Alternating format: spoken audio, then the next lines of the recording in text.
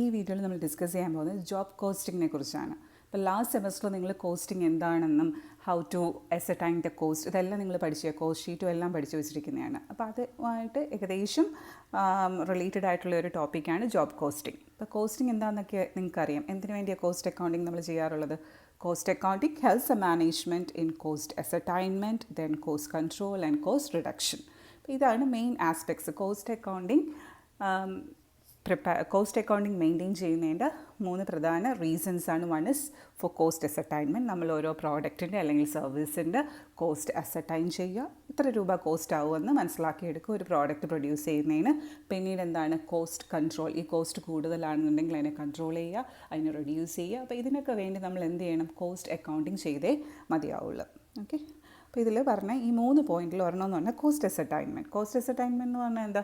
ഇപ്പോൾ ഒരു product produce ചെയ്യണം, അതിന് എത്ര കോസ്റ്റ് ആവും, ആ കോസ്റ്റ് എത്ര ആവുമെന്ന് മനസ്സിലാക്കിയിട്ടല്ലേ അതിന് സെല്ലിംഗ് പ്രൈസ് ഫിക്സ് ചെയ്യാൻ പറ്റൂ. Then we need to compare it with our competitors price. ഇതെല്ലാം ചെയ്യണം. അപ്പോൾ ഇത് ചെയ്യണമെന്നുണ്ടെങ്കിൽ first we need to find the cost of that product or service. അതാണ് കോസ്റ്റ് അസർടൈൻമെൻറ്റ് എന്ന് പറയുന്നത്. കോസ്റ്റ് അസർടൈൻ ചെയ്യണമെന്നുണ്ടെങ്കിൽ ആ ചെയ്യുന്ന പ്രോസസ്സിനെ പറയുന്നതാണ് മെത്തേഡ്സ് ഓഫ് കോസ്റ്റിംഗ്. അതിന് നമ്മൾ യൂസ് ചെയ്യുന്നതാണ് മെത്തേഡ്സ് ഓഫ് കോസ്റ്റിംഗ്. അപ്പോൾ മെത്തേഡ്സ് ഓഫ് കോസ്റ്റിംഗ് എന്ന് പറയുന്നത് it's a method of ascertaining cost. ഇപ്പോൾ നമ്മളുടെ പലരും പല രീതിയിലുള്ള പ്രോഡക്റ്റ്സ് ആയിരിക്കും പ്രൊഡ്യൂസ് ചെയ്യുന്നത്. അപ്പോൾ ഓരോന്നിൻ്റെയും കോസ്റ്റ് അസർടൈൻ ചെയ്യുന്നതിന് ഓരോ ഡിഫറെൻറ്റ് മെത്തേഡ്സാണ് സാധാരണ അപ്ലൈ ചെയ്ത് പോകുന്നത്. അപ്പോൾ അതിനെക്കുറിച്ചാണ് ഈ സബ്ജക്റ്റിൽ ഒരു പോർഷൻ കവർ ചെയ്യുന്നത്. How to ascertain the cost using the different methods of costing. പിന്നീട് മുകളിൽ പറഞ്ഞ ബാക്കി 2 ആസ്പെക്ട്സ് ഉണ്ട്. One is cost control and other is cost reduction. Ascertain ചെയ്തതിന് ശേഷമൊക്കെ നമുക്ക് എന്ത് ചെയ്യേണ്ടി വരും?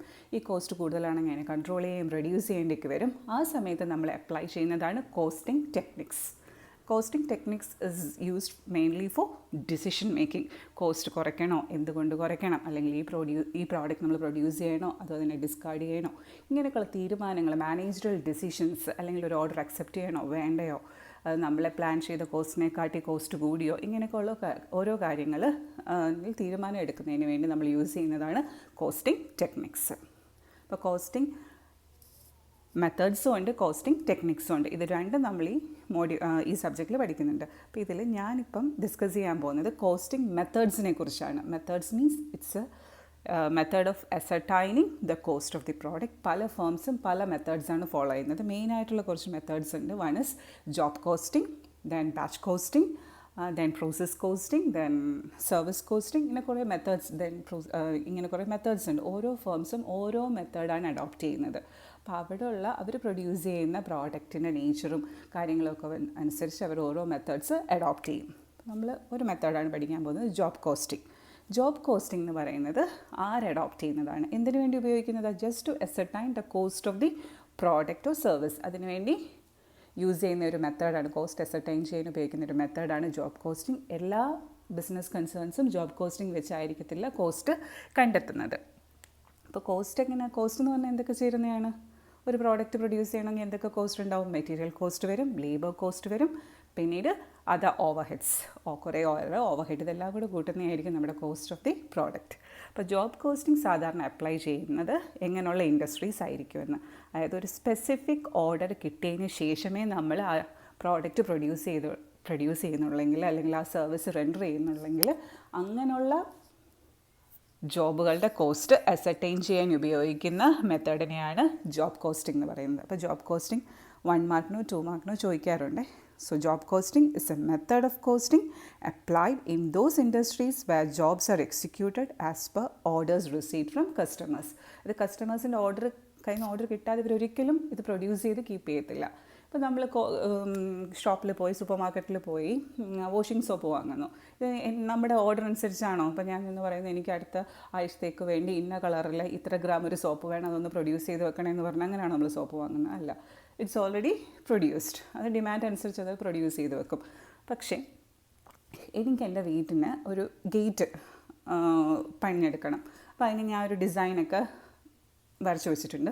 അപ്പോൾ ഈ ഗേറ്റ് മാനുഫാക്ചർ ചെയ്യണമെന്നുണ്ടെങ്കിൽ അല്ലെങ്കിൽ ഏതെങ്കിലും ഷോപ്പിൽ പോയത് എൻ്റെ ഡിസൈനുള്ള ഗേറ്റ് എനിക്ക് പർച്ചേസ് ചെയ്യാൻ പറ്റില്ലല്ലോ. അപ്പോൾ ഞാൻ എന്ത് ചെയ്യും?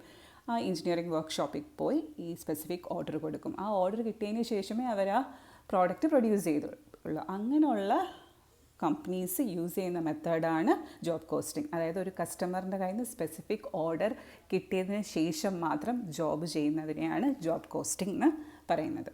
അങ്ങനെ കോസ്റ്റ് അസർട്ടൈൻ ചെയ്യുന്നത്. അല്ലെങ്കിൽ ഞാൻ ഒരു ടൈലറിങ് ഷോപ്പിൽ പോയിട്ട് പറയുന്നത് എനിക്കിങ്ങനെ ഒരു 3 മീറ്റേഴ്സ് യൂസ് ചെയ്തൊരു കുർത്ത സ്റ്റിച്ച് ചെയ്ത് തരണം, ഇന്ന മെറ്റീരിയലാണ് ഉപയോഗിക്കുന്നത്, ഇന്ന ഡിസൈനാണെന്നൊക്കെ പറയുന്നു. അപ്പോൾ അതനുസരിച്ച് അവരെനിക്കത് സ്റ്റിച്ച് ചെയ്ത് തരുന്നു. അപ്പോഴും ടൈലറും ഏത് മെത്തേഡ് അപ്ലൈ ചെയ്യും? ഞാൻ ചോദിക്കുന്നത് തന്നെ എത്ര രൂപയാവും, ഇങ്ങനൊരു കുർത്ത തയ്ച്ച് തരണമെങ്കിൽ എത്ര രൂപയാവും എന്ന് ചോദിക്കുമ്പോഴത്തേക്കും ഞാൻ സ്പെസിഫിക് ഓർഡർ അനുസരിച്ച് അയാൾ നോക്കും ഇതിന് എത്ര മെറ്റീരിയൽ കോസ്റ്റ് വരും, ഇതിന് എത്ര ലേബർ കോസ്റ്റ് വരും, അതായത് കട്ടിങ് ചാർജ് കാണും, കട്ടറിന് പൈസ കൊടുക്കേണ്ടി വരും, പിന്നീട് ഇത് സ്റ്റിച്ച് ചെയ്യുന്ന ആൾക്ക് വേജസ് കൊടുക്കേണ്ടി വരും, പിന്നെ ബാക്കിയുള്ള ഓവർ ഹെഡ്സ് എല്ലാം കൂടെ ചേർത്തിട്ട് പറയും ഇങ്ങനൊരു കുർത്ത അവർക്ക് 500 റുപ്പീസോളം കോസ്റ്റ് വരും. അപ്പോൾ 500 റുപ്പീസിന് ഒരിക്കലും എനിക്ക് അവർ തരത്തില്ലല്ലോ. They will add some profit margin and they will charge more than 500. അപ്പോൾ ഇതാണ്. അപ്പോൾ നമ്മുടെ ഓർഡർ കിട്ടിയതിന് ശേഷം ജോബ് ചെയ്ത് തരുന്നവർ അവരുടെ കോസ്റ്റ് കണ്ടുപിടിക്കുന്ന രീതിയാണ് ജോബ് കോസ്റ്റിംഗ് എന്ന് പറയുന്നത്. And it's usually applied in tailoring shops, printing press, garages, അതായത് ഓട്ടോമൊബൈൽ ഗരാഷസ്, എഞ്ചിനീയറിംഗ് വർക്ക്ഷോപ്സ്, ഇവരൊക്കെയാണ് സാധാരണ ജോബ് കോസ്റ്റിംഗ് അപ്ലൈ ചെയ്യാറുള്ളത്. ഇനി എന്താ ഫീച്ചേഴ്സ്, ഇതും എക്സാമിന് വേണ്ടി ഒന്ന് പഠിച്ചു വെച്ചേക്കണം. ഈ ജോബ് കോസ്റ്റിൻ്റെ പ്രത്യേകത ഒന്നെന്ന് പറയുന്നത് കസ്റ്റമറിൻ്റെ സ്പെസിഫിക് ഓർഡർ റിസീവ് ചെയ്തതിന് ശേഷം മാത്രമേ ഈ ജോലി അവർ സ്റ്റാർട്ട് ചെയ്യത്തുള്ളൂ. That is this job is always executed against customer specific order, then each job is different from the other. ഇപ്പോൾ ഞാൻ സ്റ്റിച്ച് ചെയ്യാൻ പറയുന്ന രീതിയിൽ ഉള്ളൊരു കുർത്തിയായിരിക്കത്തില്ല നിങ്ങൾ കൊടുക്കുക. അപ്പോൾ ഓരോ ജോബിനും ഓരോ നേച്ചറായിരിക്കും. ഈ job is different from the other, അതായത് അവിടെ യൂണിഫോമിറ്റി ഇല്ല. പിന്നീട് separate job cost sheet will be prepared for each job. അപ്പോൾ എൻ്റെ കുർത്തിക്ക് എത്ര രൂപയാവുമെന്ന് കണ്ടുപിടിക്കാൻ വേണ്ടി അവരൊരു സെപ്പറേറ്റ് കോസ്റ്റ് ഷീറ്റ് പ്രിപ്പയർ ചെയ്യും. അതായത് ഇത്ര മെറ്റീരിയൽ കോസ്റ്റ് ആവും, ഇത്ര ലേബർ കോസ്റ്റ് ആവും, ഇത്ര ഓവർ ഹെഡ് ആവും. So we will be charging so the total cost incurred by us will be 500 and we will be adding 200 rupees profit and we will be charging you 700 rupees. ഇങ്ങനെ ആയിരിക്കും. അപ്പോൾ നിങ്ങൾ കൊടുക്കുന്ന കുർത്തിക്ക് ചിലപ്പോൾ ഇങ്ങനെ ആയിരിക്കും. നിങ്ങൾ കൊടുക്കുന്ന കുർത്തിക്ക് ചിലപ്പം അവർക്ക് 1000 rupees കോസ്റ്റ് ആവും and they will add profit margin of 500 and they will charge you 1500. അപ്പോൾ ഡിഫറെൻ്റ് ആയിരിക്കും. അപ്പോൾ ഈ ഓരോ ജോബിനും അവർ പ്രത്യേകം കോസ്റ്റ് ഷീറ്റ് പ്രിപ്പയർ ചെയ്യണം. Then each job has N identification number. അപ്പോൾ ഓരോ ജോബിനെയും പെട്ടെന്ന് ഐഡൻറ്റിഫൈ ചെയ്യാൻ വേണ്ടി ഓരോ ജോബിനും ഓരോ നമ്പർ കൊടുക്കും. പിന്നീട് യൂണിഫോമിറ്റി ഇല്ലയെന്ന് ഞാൻ പറഞ്ഞു. ദെൻ ഇത് മെയിൻലി ഇങ്ങനെയുള്ള ജോബ് കോസ്റ്റിംഗ് അപ്ലൈ ചെയ്യുന്ന ഇൻഡസ്ട്രീസ് എപ്പോഴും ലേബർ ഇൻറ്റൻസീവ് ആയിരിക്കും. അവിടെ കൂടുതൽ ലേബർ വർക്ക് ആയിരിക്കും നടക്കുക.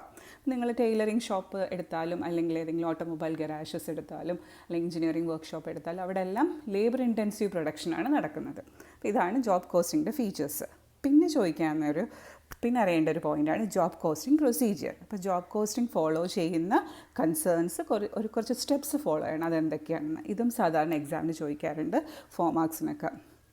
What is explain the job costing procedure എന്ന്. അപ്പോൾ ആദ്യം എന്ന് പറയുന്നത് first production order will be prepared by the production planning department and will be forwarded to the foreman of the production planning department forwarded to the foreman of the production department for the execution of the job. അപ്പോൾ ആദ്യം ഒരു order receive ചെയ്യുമ്പോഴത്തേക്കും എന്ത് ചെയ്യുമെന്ന് വെച്ചാൽ ഒരു production order prepare ചെയ്യും. അതിനകത്ത് എല്ലാ ഡീറ്റെയിൽസും കാണും. ഈ ജോബിനെ കുറിച്ചുള്ള എല്ലാം, അത് എന്ത് മെറ്റീരിയലാണ് യൂസ് ചെയ്യേണ്ട, ക്വാണ്ടിറ്റി എന്താണ്, ഇതെല്ലാം ആരാണ് പ്രിപ്പയർ ചെയ്യുന്നത്? പ്രൊഡക്ഷൻ പ്ലാൻ ചെയ്യുന്ന ഡിപ്പാർട്ട്മെൻറ്റാണ് ഇത് പ്രിപ്പയർ ചെയ്യുന്നത്. എന്നിട്ട് ആർക്ക് ഹാൻഡ് ഓവർ ചെയ്യും? പ്രൊഡക്ഷൻ ഡിപ്പാർട്ട്മെൻറ്റ് ഫോർമാൻ ഇത് ഹാൻഡ് ഓവർ ചെയ്യും. അപ്പോൾ അതനുസരിച്ച് വേണം പ്രൊഡക്ഷൻ പ്ലാനിംഗ് ഡിപ്പാർട്ട്മെൻറ്റ് പ്രിപ്പയർ ചെയ്ത ഓർഡർ അനുസരിച്ച് വേണം പ്രൊഡക്ഷൻ ഡിപ്പാർട്ട്മെൻറ്റ് ഇതിനെ എക്സിക്യൂട്ട് ചെയ്യാൻ. അതാണ് ആദ്യത്തെ സ്റ്റെപ്പ്. അത് കഴിഞ്ഞിട്ട് ഈ പ്രൊഡക്ഷൻ ഓർഡറിന് ഒരു നമ്പർ അസൈൻ ചെയ്ത് കൊടുക്കും. കാരണം ഓരോ ജോബും ഡിഫറെൻ്റ് ആണ്. അപ്പോൾ ഈ ഓരോ ജോബിനെ ഐഡൻറ്റിഫൈ ചെയ്യാൻ വേണ്ടി പെട്ടെന്ന് ഐഡൻറ്റിഫൈ ചെയ്യാൻ വേണ്ടി ഓരോ നമ്പർ ഫിക്സ് ചെയ്ത് കൊടുക്കും. പിന്നീട് preparation of bill of material. അതിനുശേഷം ബിൽ ഓഫ് മെറ്റീരിയൽ പ്രിപ്പയർ ചെയ്യും. അതായത് ഈ ജോബിന് എന്തൊക്കെ മെറ്റീരിയൽസാണ് വേണ്ടത്, ലിസ്റ്റ് ഓഫ് മെറ്റീരിയൽ, പിന്നെ സ്റ്റോഴ്സ് എന്തൊക്കെയാണ് വേണ്ടത്, ഇതിനെക്കുറിച്ചുള്ള ഡീറ്റെയിൽസാണ് പ്രിപ്പറേഷൻ ഓഫ് ബിൽ ഓഫ് മെറ്റീരിയലിന്. ഈ ജോലി എക്സിക്യൂട്ട് ചെയ്യാൻ വേണ്ടി വേണ്ടുന്ന എല്ലാ മെറ്റീരിയൽസിനെയും ഐഡൻറ്റിഫൈ ചെയ്യുക, എന്നിട്ട് അതിനകത്ത് റെക്കോർഡ് ചെയ്ത് വെക്കുക. പിന്നീട് അടുത്തത് preparation of job ticket. Job ticket എന്ന് പറഞ്ഞാൽ ഇപ്പോൾ ഒരു ജോബ് പെട്ടെന്ന് നമുക്ക് തീർക്കാൻ അതിനെ പല സ്റ്റെപ്സായിട്ട് ഡിവൈഡ് ചെയ്യും. ആദ്യം ചിലപ്പം ഈ മെറ്റീരിയൽ വാങ്ങേണ്ടി വരും.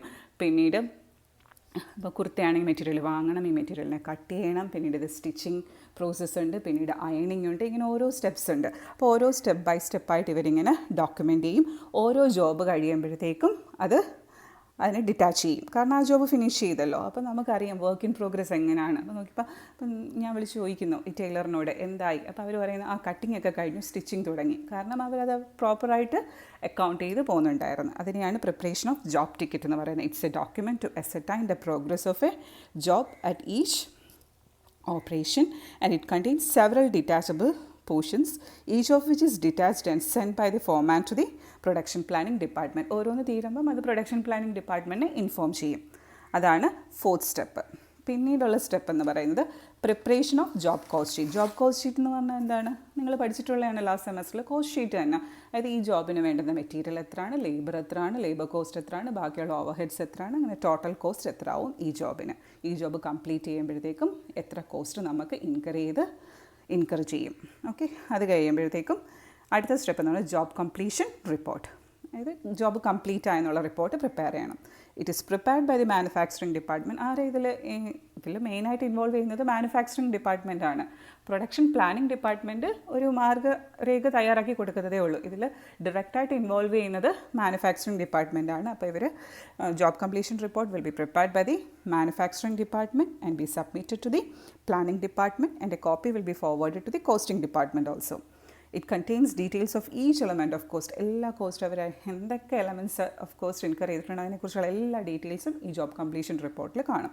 അപ്പോൾ ഓർത്തിരിക്കേണ്ട കാര്യം, it is prepared by the manufacturing department and is handed over to the or submitted to the production planning department and a copy is submitted to the costing department to.